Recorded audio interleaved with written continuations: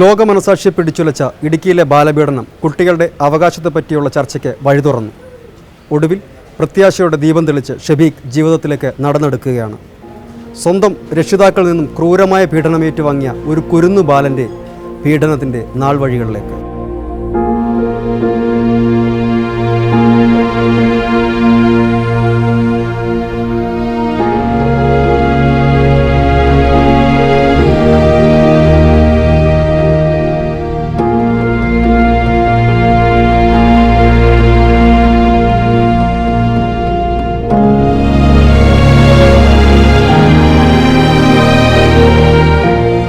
ഷെഫീഖ് ജീവിതത്തിലേക്ക് തിരിച്ചെത്തുകയാണ്. ഭാവി എങ്ങനെ എന്നൊന്നും അറിയാതെ ഇതുവരെ പറഞ്ഞതേ ഈ റിപ്പോർട്ടിലുമുള്ളൂ. പക്ഷേ ഒരിക്കൽ കൂടി പറയുകയാണ്, സമൂഹം ഓർത്തിരിക്കണമെന്ന് നിർബന്ധമുള്ളതിനാൽ. ജൂലൈ 15 വൈകുന്നേരം കട്ടപ്പന സെന്റ് ജോൺസ് ആശുപത്രിയിൽ നിന്ന് ലഭിച്ച സന്ദേശം ഇതായിരുന്നു: ഗുരുതരമായ പരിക്കുകളോടെ ഒരു കുട്ടിയെ പ്രവേശിപ്പിച്ചിരിക്കുന്നു. അവിടെ എത്തിയ ഞങ്ങൾക്ക് കാണാൻ കഴിഞ്ഞത് തലയ്ക്കും മുഖത്തും ഗുരുതരമായ പരിക്കേറ്റ ഷെഫീഖിനെയാണ്. പരിക്കിൽ അസ്വാഭാവികത തോന്നിയ ഞങ്ങളും ആശുപത്രി അധികൃതരും വിവരം ചൈൽഡ് ലൈൻ പ്രവർത്തകരെ അറിയിച്ചു. എന്താണ് സംഭവിച്ചതെന്ന് കുട്ടിയുടെ രണ്ടാനമ്മയായ അനീഷയോട് തിരക്കിയപ്പോൾ മറുപടി ഇതായിരുന്നു: ഒരു 8 ദിവസം മുന്നേ ആയിരുന്നു വീണ് സ്റ്റിച്ച് ഉണ്ടായിരുന്നു. ഇവിടെ ഒരെണ്ണം ഉണ്ടായിരുന്നു. അത് ഞങ്ങൾ ഗവൺമെൻറ് ആശുപത്രി കൊണ്ടുപോയി സ്റ്റിച്ച് ഇട്ടു, കുറച്ച് കൊണ്ടുവന്നു. കുഴപ്പമൊന്നുമില്ലായിരിക്കുമായിരുന്നു. പിന്നെ ഇപ്പം ഇന്നലെ രാവിലെ ഇന്നും 6 മണിയാകുമ്പോൾ എണ്ണിക്കാതായപ്പോഴത്തേക്ക് എൻ്റെ മച്ചാൻ പോയി ഇച്ചിരി വെള്ളം തെളിച്ച് നോക്കി കയ്യും കാലും എല്ലാം കൂടി ഇറുക്കി പിടിച്ച് വലിച്ച് ഇതായപ്പോഴത്തേക്ക് ഇവിടെ പെരാർ ആശുപത്രി കൊണ്ടുപോയി അവിടെ കാണിച്ച് അവിടെ എടുക്കത്തില്ല എന്ന് പറഞ്ഞു.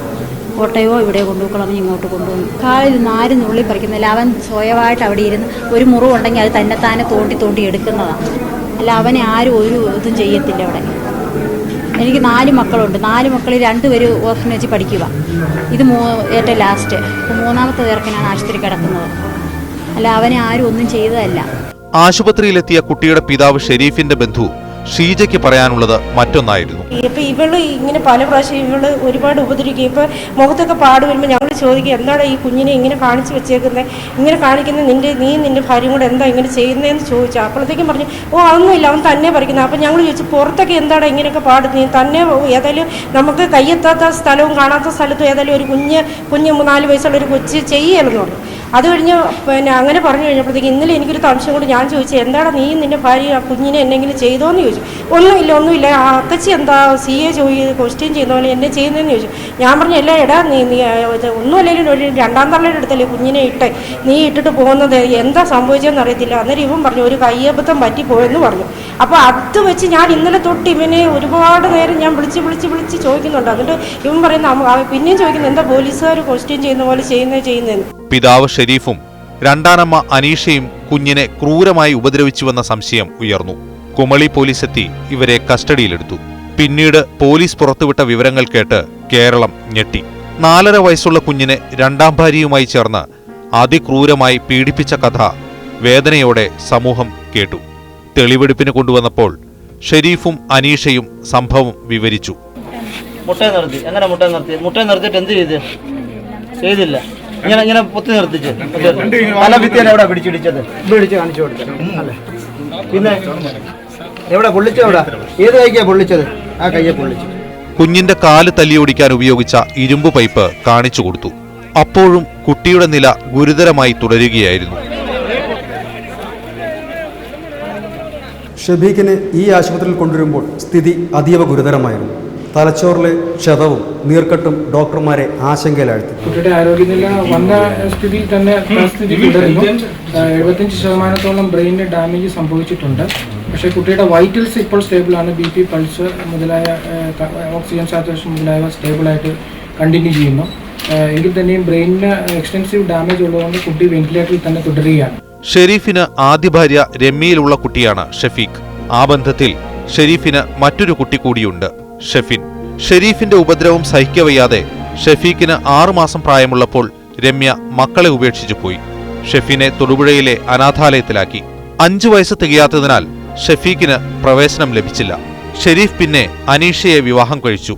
അനീഷയുടെ ആദ്യ വിവാഹത്തിലെ കുട്ടിയെയും അനാഥാലയത്തിലാക്കിയിരുന്നു. അഴിഞ്ഞുലഞ്ഞ കുടുംബ ബന്ധങ്ങളുടെ ഇരകളായി കുട്ടികൾ. അതിലൊന്ന് പിതാവിന്റെയും രണ്ടാനമ്മയുടെയും ക്രൂരതകൾക്ക് ഇരയായി ആശുപത്രിയിൽ. ലോകം ഒരു കുരുന്നിനു വേണ്ടി ഇത്രയേറെ പ്രാർത്ഥനകളിൽ മുഴുകിയിട്ടുണ്ടാവില്ല. കൊച്ചുകുട്ടികൾ മുതൽ പ്രായമായവർ വരെ ഈ ആശുപത്രിയിലെത്തി പ്രാർത്ഥനയോടെ നിലകൊണ്ടു. ഷെഫീഖിന്റെ ആരോഗ്യനില അറിയാൻ കേരളം കാത്തിരുന്നു. അവന്റെ ജീവനായി പ്രാർത്ഥിച്ച് സന്ദേശങ്ങൾ പ്രവഹിച്ചു. ജനപ്രതിനിധികൾ മുതൽ കൊച്ചുകുട്ടികൾ വരെ ആശുപത്രിയിലേക്ക്.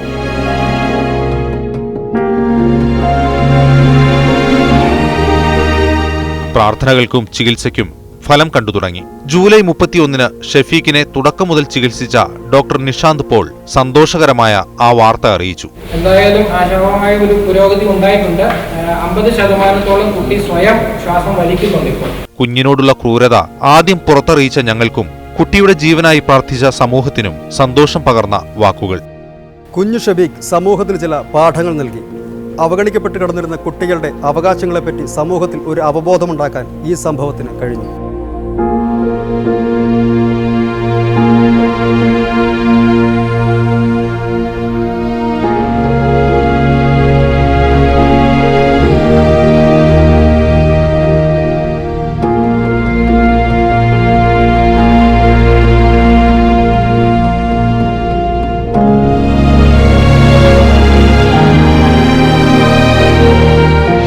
ജില്ലയിൽ അംഗീകാരമില്ലാതെ പ്രവർത്തിക്കുന്നത് 100-ലേറെ പാറക്വാറികളാണ്. കഴിഞ്ഞ 6 മാസത്തിനിടെ അനധികൃതമായി പ്രവർത്തിക്കുന്ന 50ഓളം പാറമടകൾ പൂട്ടി.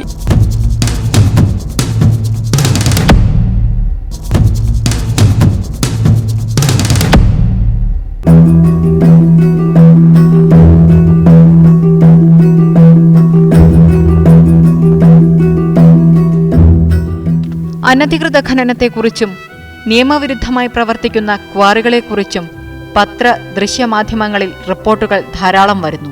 ഇവ സൃഷ്ടിക്കുന്ന പരിസ്ഥിതി പ്രശ്നം ഗൗരവത്തോടെ ചൂണ്ടിക്കാട്ടുന്നുമുണ്ട്. പക്ഷേ അനധികൃത ഖനനം തുടരുന്നു. നിയമവിരുദ്ധ ക്വാറികൾ സുഗമമായി പ്രവർത്തിക്കുന്നു. ഇപ്പോഴൊരു വലിയ അപകടത്തിന് ശേഷം വീണ്ടും ക്വാറികളെക്കുറിച്ച് സംസാരിക്കേണ്ടി വരുന്നു. എറണാകുളം ജില്ലയിലെ പെരുമ്പാവൂരിന് സമീപം വെങ്ങോലയിൽ 4 പേരുടെ മരണത്തിനിടയാക്കിയ ക്വാറി പ്രവർത്തിച്ചിരുന്നത് സർക്കാർ ഉത്തരവ് മറികടന്നാണ്. ഭൂനിരപ്പിൽ നിന്ന് 20 മീറ്ററിലധികം ആഴമുള്ള ക്വാറികളിൽ ഖനനം നടത്തരുത് എന്നാണ് സർക്കാർ ഉത്തരവ്. വെങ്ങാലയിൽ 300 അടിയോളം താഴ്ചയിലായിരുന്നു ഖനനം.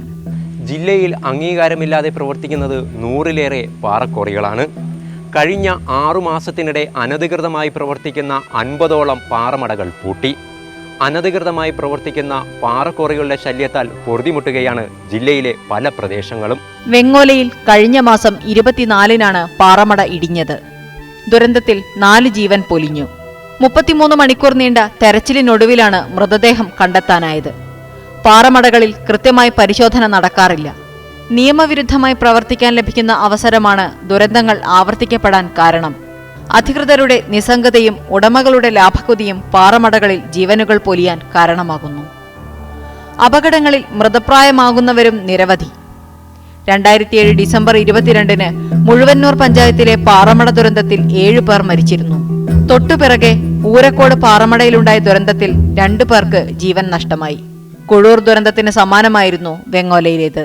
1800ഓളം പാറമടകളാണ് ഈ നമ്മുടെ എറണാകുളം ജില്ലയുടെ പ്രാന്തപ്രദേശങ്ങളിലുള്ളത്.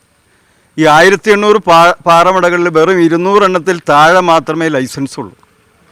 ഇവിടെ നടക്കുന്ന ഈ അനധികൃതമായ ഖനനം എന്ന് പറയുന്നത് എല്ലാ രാഷ്ട്രീയ പ്രസ്ഥാനങ്ങളെയും ഉദ്യോഗസ്ഥന്മാരുടെയും പിന്തുണയോടുകൂടി മാത്രമാണ് നടക്കുന്നത്. ഇവിടെ ഇതിൻ്റെ ചുറ്റും താമസിക്കുന്ന ജനങ്ങൾക്ക് ഒരു ശബ്ദവുമില്ല. അവരെന്ത് പരാതി കൊടുത്താലും എത്രയോ പരാതികൾ പോകും. ഒന്നിനും ഒരു കെട്ടുകൾക്ക് മുമ്പിൽ ഇവിടെ എല്ലാം അവസാനിച്ചു പോവുകയാണ്. ശരിക്കും സുപ്രീം കോടതിയുടെ ഒരു വിധിയുണ്ട്. 5 ഹെക്ടറിന് മുകളിലേക്ക് വരുന്ന ഇതുപോലുള്ള ക്രഷറുകളും പാറമടകളും പരിസ്ഥിതി ആഘാത പഠനം നടത്തിയതിന് ശേഷം മാത്രമേ ലൈസൻസ് കൊടുക്കാവുള്ളൂ. ഭൂനിരപ്പിൽ നിന്ന് 20 അടി താഴ്ചയുള്ള ക്വാറികളിൽ ഖനനം പാടില്ല എന്ന വ്യവസായ വകുപ്പിന്റെ ഉത്തരവ് കഴിഞ്ഞ മാസം 14-നാണ് പുറത്തിറങ്ങിയത്. റവന്യൂ വകുപ്പിൽ നിന്നുള്ള പൊസഷൻ സർട്ടിഫിക്കറ്റ്, ബ്ലാസ്റ്റർമാൻ സർട്ടിഫിക്കറ്റ് തുടങ്ങിയവ സമർപ്പിക്കുന്നവർക്ക് വിശദമായ പരിശോധനകൾക്ക് ശേഷമേ അനുമതി നൽകാവൂ എന്നാണ് വ്യവസായ വകുപ്പ് പ്രിൻസിപ്പൽ സെക്രട്ടറിയുടെ ഉത്തരവിൽ പറയുന്നത്. ഉത്തരവിന്റെ അടിസ്ഥാനത്തിൽ നേരത്തെ നൽകിയ ഖനനാനുമതി പഞ്ചായത്ത് അധികൃതർ മരവിപ്പിച്ചില്ല. വെങ്ങോല വില്ലേജ് ഓഫീസിന് 150 മീറ്റർ അകലെയാണ് ദുരന്തമുണ്ടാക്കിയ ക്വാറി. എന്നാൽ നിയമമെല്ലാം മറച്ചുവെച്ച് ക്വാറിക്ക് പ്രവർത്തനാനുമതി ഉണ്ടായിരുന്നു എന്നാണ് വില്ലേജ് ഓഫീസർ പറയുന്നത്. ഈ പാറമട എല്ലാവിധ ലൈസൻസുകളോടും കൂടി തന്നെയാണ് പ്രവർത്തിച്ചു വരുന്നത്. എക്സ്പ്ലോസീവ് ലൈസൻസ് മാർച്ച് 2017 വരെ എക്സ്പ്ലോസീവ് ലൈസൻസും 15/1/2014 വരെ വെങ്ങോല പഞ്ചായത്തിൽ നിന്നുള്ള ലൈസൻസും പിന്നെ മൈനിങ് ആൻഡ് ജിയോളജിയും 15/1/2014 വരെ എല്ലാ ലൈസൻസുകളോടും കൂടി പാറമട പ്രവർത്തിച്ചു വരുന്നത്. വില്ലേജ് ഓഫീസിൽ നിന്ന് ഒരു 150 മീറ്റർ അകലെയാണ് തൊട്ടടുത്തുണ്ടെങ്കിലും എല്ലാ ലൈസൻസുകളും ഉള്ളത് കാരണം കൊണ്ടും അനധികൃത ഖനനം അവിടെ നടക്കുന്നില്ല എന്നുള്ള ഉത്തമ ബോധ്യം കൊണ്ടും ആ പാറമടയ്ക്ക് നമുക്ക് സ്റ്റോപ്പ് മെമ്മോ നൽകാനോ മറ്റുള്ള നിയമങ്ങൾക്ക് ശുപാർശ ചെയ്യാൻ യാതൊരു രക്ഷയുമില്ലാത്തതാണ്. പിന്നെ ഇപ്പോൾ ഈ മണ്ണിടിഞ്ഞ് മുകളിൽ വീണു എന്ന് പറയുന്നത് ഈ പാറമടയുടെ ഉടമസ്ഥൻ്റെ കൈവശത്തിലുള്ള ഭൂമിയിൽ നിന്നല്ല, തൊട്ട് അടുത്തുള്ള കൈവശക്കാരൻ്റെ മകളിൽ നിന്ന് മണ്ണിടിഞ്ഞ് വീണതായിട്ടാണ് ഇപ്പോൾ നമ്മൾ പ്രാഥമിക പരിശോധനയിൽ കണ്ടെത്തിയിട്ടുള്ളത്. നിയമം നടപ്പിൽ വരുത്തേണ്ട ഉദ്യോഗസ്ഥർ കണ്ണടയ്ക്കുമ്പോൾ വിവിധ വകുപ്പുകളുടെ മേൽ അപകടങ്ങളുടെ ഉത്തരവാദിത്തം കെട്ടിവെക്കാനാണ് രാഷ്ട്രീയ നേതൃത്വം ശ്രമിക്കുന്നത്. ക്വാറികളിൽ കൃത്യമായ പരിശോധന നടത്തേണ്ടതും നിയമവിധേയമാണോ പ്രവർത്തിക്കുന്നതെന്ന് ഉറപ്പുവരുത്തേണ്ടതുമായ ജില്ലാ പഞ്ചായത്ത് ആരോഗ്യ സ്റ്റാൻഡിംഗ് കമ്മിറ്റി അംഗം സുഭാഷ് പണിക്കരുടെ പ്രതികരണം ഇതിനുദാഹരണമാണ്. പഞ്ചായത്തിൽപ്പെട്ട സകല പാറമടകളുടെയും ഡീറ്റെയിൽ അന്വേഷിച്ചപ്പോൾ ഇതൊക്കെ അനധികൃതമാണെന്ന് ബോധ്യപ്പെട്ടു. ഞാൻ പഞ്ചായത്ത് കമ്മിറ്റിയിൽ ഇത് ശക്തമായി പറഞ്ഞിട്ടുള്ളതാണ്. പക്ഷേ മാറി മാറി വരുന്ന ഭരണസമിതി ഇത് ശ്രദ്ധിക്കാറില്ല. ഇതേ പാറമടയിൽ 15 വർഷത്തിനു മുൻപും അപകടം ഉണ്ടായതായി നാട്ടുകാർ പറയുന്നു. പാറമടയ്ക്ക് ബെഞ്ചിക്കിംഗ് വേണമെന്ന നിയമം ഉണ്ടായിരുന്നെങ്കിലും ഒരു പാറമടയിൽ പോലും ഈ നിയമം പാലിക്കപ്പെടുന്നില്ലെന്ന് ബന്ധപ്പെട്ടവർ പറയുന്നു. പാറ പൊട്ടിക്കുമ്പോൾ 20 അടിയിലേറെ താഴ്ചയിൽ പോകുന്നുവെങ്കിൽ തട്ടുകളായി തിരിക്കുന്ന രീതിയിലാണ് ബെഞ്ച് സമ്പ്രദായം. ഇളകിയ മേൽമണ്ണ് നീക്കണമെന്ന പ്രാഥമിക നിബന്ധന പോലും പാലിക്കപ്പെടാറില്ല. പാറമടകളിൽ അത്യുഗ്ര ശേഷിയുള്ള സ്ഫോടക വസ്തുക്കളും ഇലക്ട്രിക് കേപ്പും ഉപയോഗിച്ചാണ് പാറകൾ പൊട്ടിക്കുന്നത്. ഇതാണ് ദുരന്തം പ്രധാനമായും വിളിച്ചു വരുത്തുന്നത്. ദുരന്തമുണ്ടാകുമ്പോൾ മാത്രം താൽക്കാലികമായി പാറമടകൾക്ക് നിരോധനം ഏർപ്പെടുത്തുന്നതല്ലാതെ കാര്യമായ അന്വേഷണത്തിന് ഉദ്യോഗസ്ഥർ തയ്യാറാവുന്നില്ല. ഏതു ദുരന്തത്തിന്റെയും ഏറ്റവും വലിയ ഇരകൾ സ്ത്രീകളാണ്. ദുരന്തമുണ്ടാകുമ്പോൾ കുട്ടികളെയും കുടുംബനാഥനെയും അവർക്ക് കൂട്ടമായി നഷ്ടപ്പെടുന്നു. അതുകൊണ്ടാണ് അനധികൃത ക്വാറികൾ നിരോധിക്കണമെന്ന് അവർ ശക്തമായി ആവശ്യപ്പെടുന്നതും. ജനജീവിതം ദുസ്സഹമാക്കുന്ന രീതിയിലെ ഖനനത്തിനെതിരെ അധികൃതരോട് പരാതി പറഞ്ഞ് മടുത്തിരിക്കുകയാണിവർ. പൊടിപടലങ്ങളും ശബ്ദമലിനീകരണങ്ങളും ജനങ്ങളെ നാട്ടുകാരെ ഒത്തിരി ബുദ്ധിമുട്ടിക്കുന്നുണ്ട്. അതിനെതിരായിട്ട് ഗവൺമെന്റ് കൂട്ടായ പ്രവർത്തനം വേണം. പരിസരവാസികളും ജനങ്ങളും ഇതിനെതിരെ പ്രവർത്തിക്കണം. നിയമം അനുശാസിക്കുന്ന വിധത്തിൽ ഒരിടത്തും ഖനനം നടക്കുന്നില്ല. പാറപ്പൊടിക്കും കരിങ്കല്ലിനും പലപ്പോഴും കൃത്രിമക്ഷാമം വരുത്തുന്നതും ക്വാറി ഉടമകളുടെ പതിവാണെന്ന് ആരോപണമുയരുന്നുണ്ട്. പാറയുൽപ്പന്നങ്ങൾക്ക് എറണാകുളത്ത് അടിക്കടി ഉണ്ടാകുന്ന വിലവർധനവും കൃത്രിമക്ഷാമവും ഇതിനുദാഹരണമാണ്. ജില്ലയിൽ കരിങ്കല്ലിന്റെ ആവശ്യം വർദ്ധിച്ചതും നിയമം ലംഘിക്കാനുള്ള പഴുതുണ്ടാക്കി.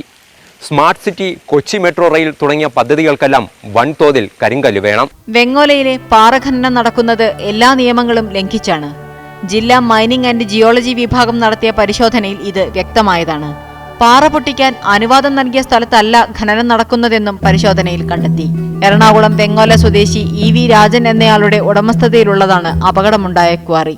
മാനദണ്ഡങ്ങൾ കാറ്റിൽ പറത്തി പ്രകൃതി നിരപ്പിൽ നിന്ന് 300 അടിയോളം ആഴത്തിൽ നടന്നു വന്ന പാറഖനനം വെങ്ങോല വില്ലേജ് ഓഫീസിന് മൂക്കിന് താഴെയായിരുന്നു.